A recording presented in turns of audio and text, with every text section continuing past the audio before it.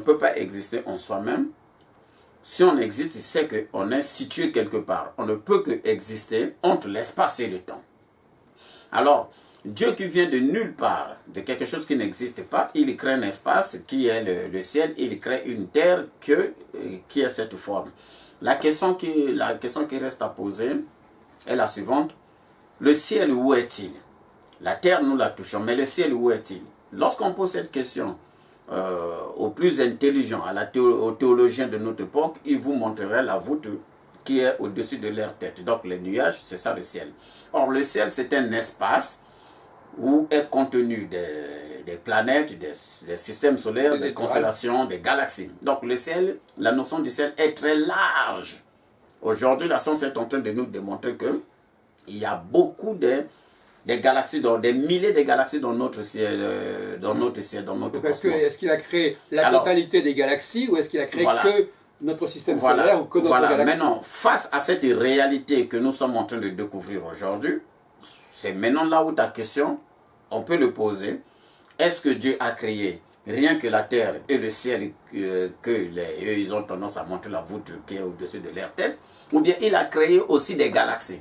Alors lorsque les gens vont dire que, là je suppose... De toute façon, c'est Dieu eux-mêmes, ils ont leur propre histoire. Voilà. Maintenant, si j'imagine un peu leur réponse que Dieu a créé et les galaxies, on dirait alors, là il y a un problème. Mais si on dit que Dieu a créé que le petit jardin qui est la Terre, on dirait bon, donc voilà, les autres planètes là-bas, c'est pas Dieu qui est le roi. De toute façon, d'après ton hypothèse, ces dieux sont eux-mêmes des hommes. Des hommes et les donc hommes. Ces hommes, ce sont eux qui ont créé. Si ce sont ces hommes qui ont créé quelque chose, voilà, ça veut dire que le monde existait déjà avant cette création. Voilà, le monde existait avant cette création. C'est l'étonnement de l'homme face à l'inconnu. L'homme ne comprenait pas d'où il vient. C'est comme un cheveu tombé dans la soupe, dit bon, je suis tombé de la tête de qui? Alors, au lieu que ça soit le propriétaire de cette tête qui réponde aux cheveux que non, tu es tombé de ma tête, c'est les cheveux qui commencent à donner des réponses lui-même. C'est nous qui donnons des réponses à nos questions. Dieu jusqu'à aujourd'hui, n'a jamais dit aux hommes, voilà, vous venez de ceci, vous allez comme ça. C'est notre imagination intellectuelle qui est en train de tout façonner, de répondre à ce genre de questions. Mais en réalité, il n'y a rien de créé. Le tout, c'est comme on dit que les énergies, ça se retrouve quelque part, ça crée une visibilité. Et cette visibilité avec le temps, ça se modifie au fur et à mesure, pour donner des formes. Maintenant, à partir de ces formes prennent conscience de leur existence pour modifier les structures. Aujourd'hui, nous sommes une réaction du cosmos. Aujourd'hui, nous sommes en train de modifier notre structure, à vouloir s'améliorer pour être un homme et évoluer. Mais on ne peut pas évoluer avec des théories, des balbutiements, de ceci, cela. Jusqu'aujourd'hui, on continue de balbutier au sujet de Dieu. Pour revenir un peu à l'astrologie, comment est-ce qu'à ton avis, puisque toi tu te veux astrologue un petit peu, comment à ton avis les astres agissent-ils sur nous? Est-ce qu'ils agissent parce qu'ils ont une influence physique, astrophysique, ou est-ce que c'est une sorte de mécanique et en fin de compte, quelque part, nous serions nous-mêmes mécanisés en quelque sorte? C'est-à-dire que les astres, ça nous donne parler de l'astrologie, c'est aussi laisser supposer que l'être humain a une dimension mécanique. L'être humain, en dehors des conceptions qu'on nous avait fait avaler, l'être humain a une liaison directe avec la nature, qui est le cosmos. Parce que l'être humain est fait des principes du cosmos.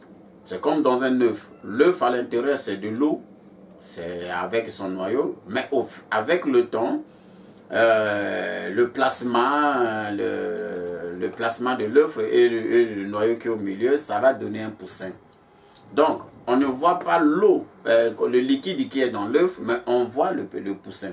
Or, l'homme aujourd'hui, lorsqu'il voit sa manifestation en tant que corps matériel, il se limite au corps matériel. Mais le corps matériel est là, ce sont des lois qui ont donné une visibilité.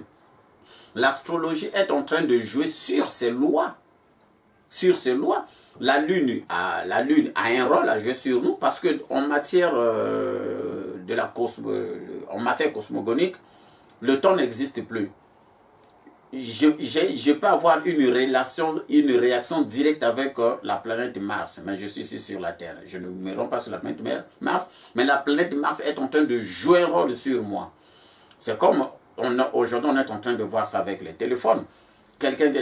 Moi qui suis ici en France, j'appelle ma famille qui est en Afrique, automatiquement la seconde, ils ont déjà la communication et nous échangeons. Ça, ce n'est que nous, au niveau de la planète Terre, mais les planètes au niveau de notre système solaire, qui sont les Jupiter, Mars, Saturne et autres, jouent le même rôle avec nous.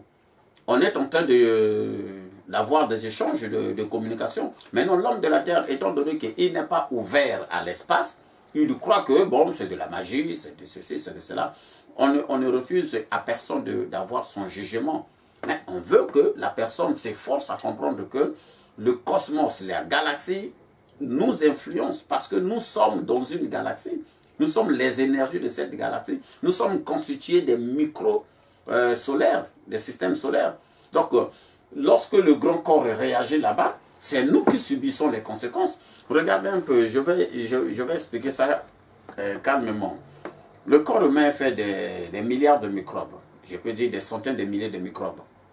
Maintenant, lorsque un microbe se développe en trop dans un coin de notre corps, aussitôt le cerveau est au courant que voilà, il y a un petit microbe qui se développe en trop. Qu'est-ce que le cerveau fera en ce moment-là? Il prendrait l'antidote pour éliminer le microbe qui le dérange. C'est comme nous et la galaxie et le cosmos. Nous sommes un microbe du cosmos. Lorsque nous nous développions en mal, le grand corps cosmique, qui le cerveau, ça se trouve quelque part où nous ne savons pas, va réagir pour détruire le microbe que nous sommes lorsque nous voulons lui faire du mal. C'est un anticorps. C'est un anticorps.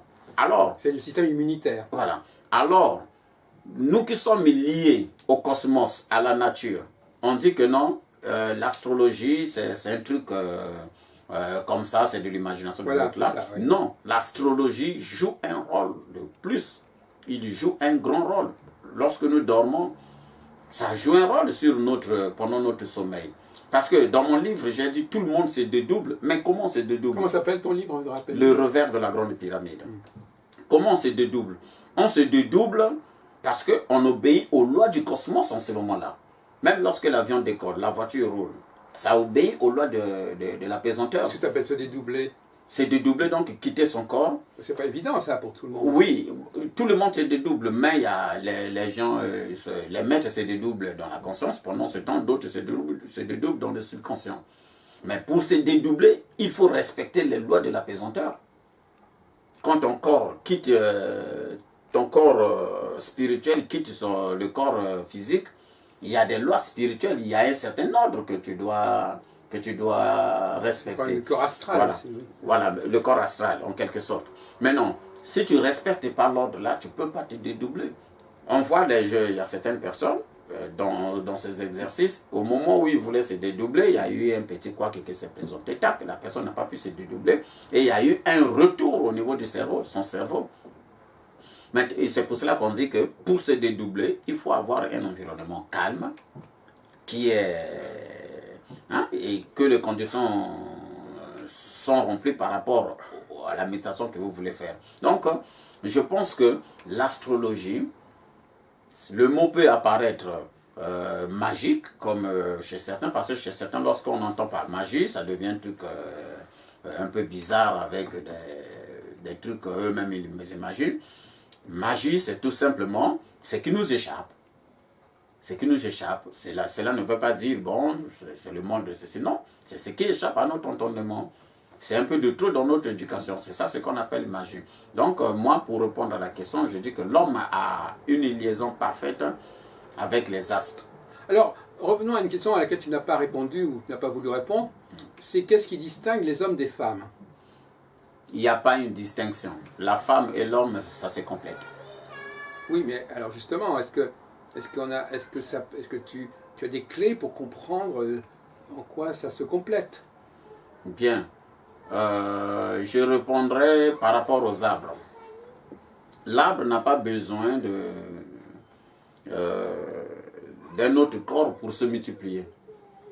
L'arbre se multiplie par lui-même parce qu'il est fait de deux natures. Il est donc androgyne quelque part. Voilà. Maintenant, Oui. maintenant, il y a aussi des microbes qui sont comme ça. Ils sont à la fois mâles et femelles, et puis d'autres. Maintenant, nous les hommes, nous on n'a pas cette capacité. D'où il y a une complémentarité. On doit se compléter notre existence par rapport... Oui, mais alors à ce moment-là, par exemple, on peut dire aussi que la voiture nous complète. La voiture nous complète comme les habits aussi nous complètent. Bon, donc finalement, est-ce que la femme, ce n'est jamais comme dirait la Bible d'ailleurs, est-ce qu'elle est un auxiliaire à l'homme? Non, l'homme aussi peut être auxiliaire à la femme. Le problème ici, c'est de vouloir de se remettre, de renverser la pyramide en quelque sorte. La femme, le problème de la femme, c'est quoi? La femme est peut-être victime d'une culture où on voulait faire d'elle le maillon faible de la société. Maintenant, elle a compris ça comme ça. Elle s'est dit, bon, écoutez, moi, je suis auxiliaire de l'homme. Mais lorsqu'on regarde par rapport aux lois naturelles, c'est la femme qui a plus de force que l'homme. La femme elle donne la vie. Pendant que la femme donne la vie, cette douleur, l'homme ne peut pas supporter ça. Oui, mais l'avion aussi, il a plus de force que l'homme. La machine aussi a Oui, plus la de force machine aussi a plus donc, de force que l'homme. ça ne rend pas, ça résout pas le problème. Non, oui, ça ne résout pas le problème, mais... Elle peut dire qu'au contraire, la femme est une machine qui permet à l'homme de se libérer de ses obligations. Non, je ne dirais pas ça comme ça. Notamment dans la procréation. Oui, je ne dirais pas ça comme ça parce que entre l'homme et la femme, c'est la femme qui est réceptive au cosmos. Oui, voilà. L'homme vient après la femme, je pense. Mais réceptive au cosmos, c'est aussi un rôle mécanique, finalement, quelque part. Rôle mécanique. Parce qu'on peut très bien imaginer que la femme soit justement l'appareil, le radar, qui permet de capter les signaux cosmiques. Oui. Tout comme la femme est le système qui permet de faire des enfants. Oui, mais moi donc ce sont des outils. Oui, bon, je ne diminuerai pas la femme à ce niveau. Bon, c'est un sujet culturel, hein. C'est un sujet culturel. Mais moi, je pense que le premier prototype humanoïde, c'est une femme. Oui. Oui, c'est une femme. Et l'homme, c'est la suite de la femme. Mais non... Et comme tu dis très bien, il y a un point de départ et puis après c'est transformé. Voilà, c'est transformé. Donc la question est de savoir, même si tu dis que X ou Y est le prototype ou à l'origine, la question est de savoir ce que c'est devenu. Oui. Maintenant, la femme, comme c'est un être très sentimental, écoute beaucoup plus ses sentiments. C'est comme le chien de son patron. Le chien n'a pas voulu respecter la force du lion parce que le chien peut terrasser l'homme.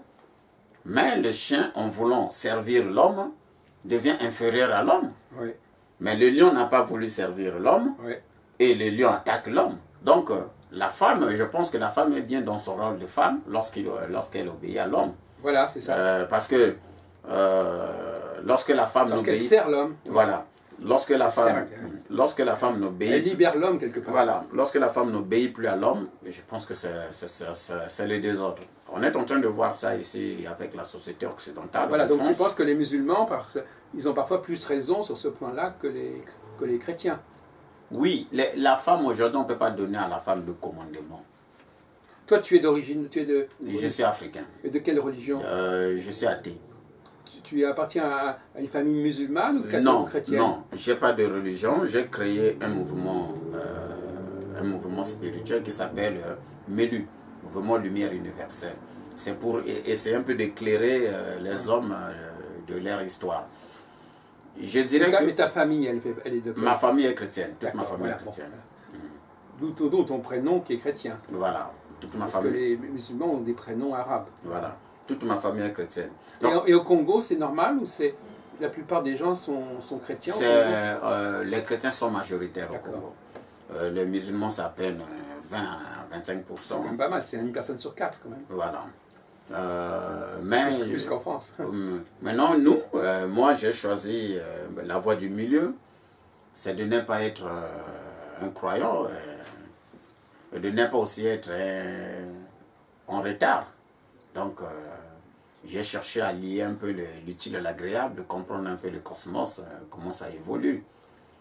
Alors, est-ce que un autre sujet sur lequel j'aimerais t'interroger, c'est sur la création, enfin pas sur la création du monde, mais est-ce qu'il y a des êtres humains qui ont une potentialité plus forte pour comprendre le monde, pour créer? Oui, oui, oui. Ces grands érudits, ces grands penseurs, ils n'avaient pas la perception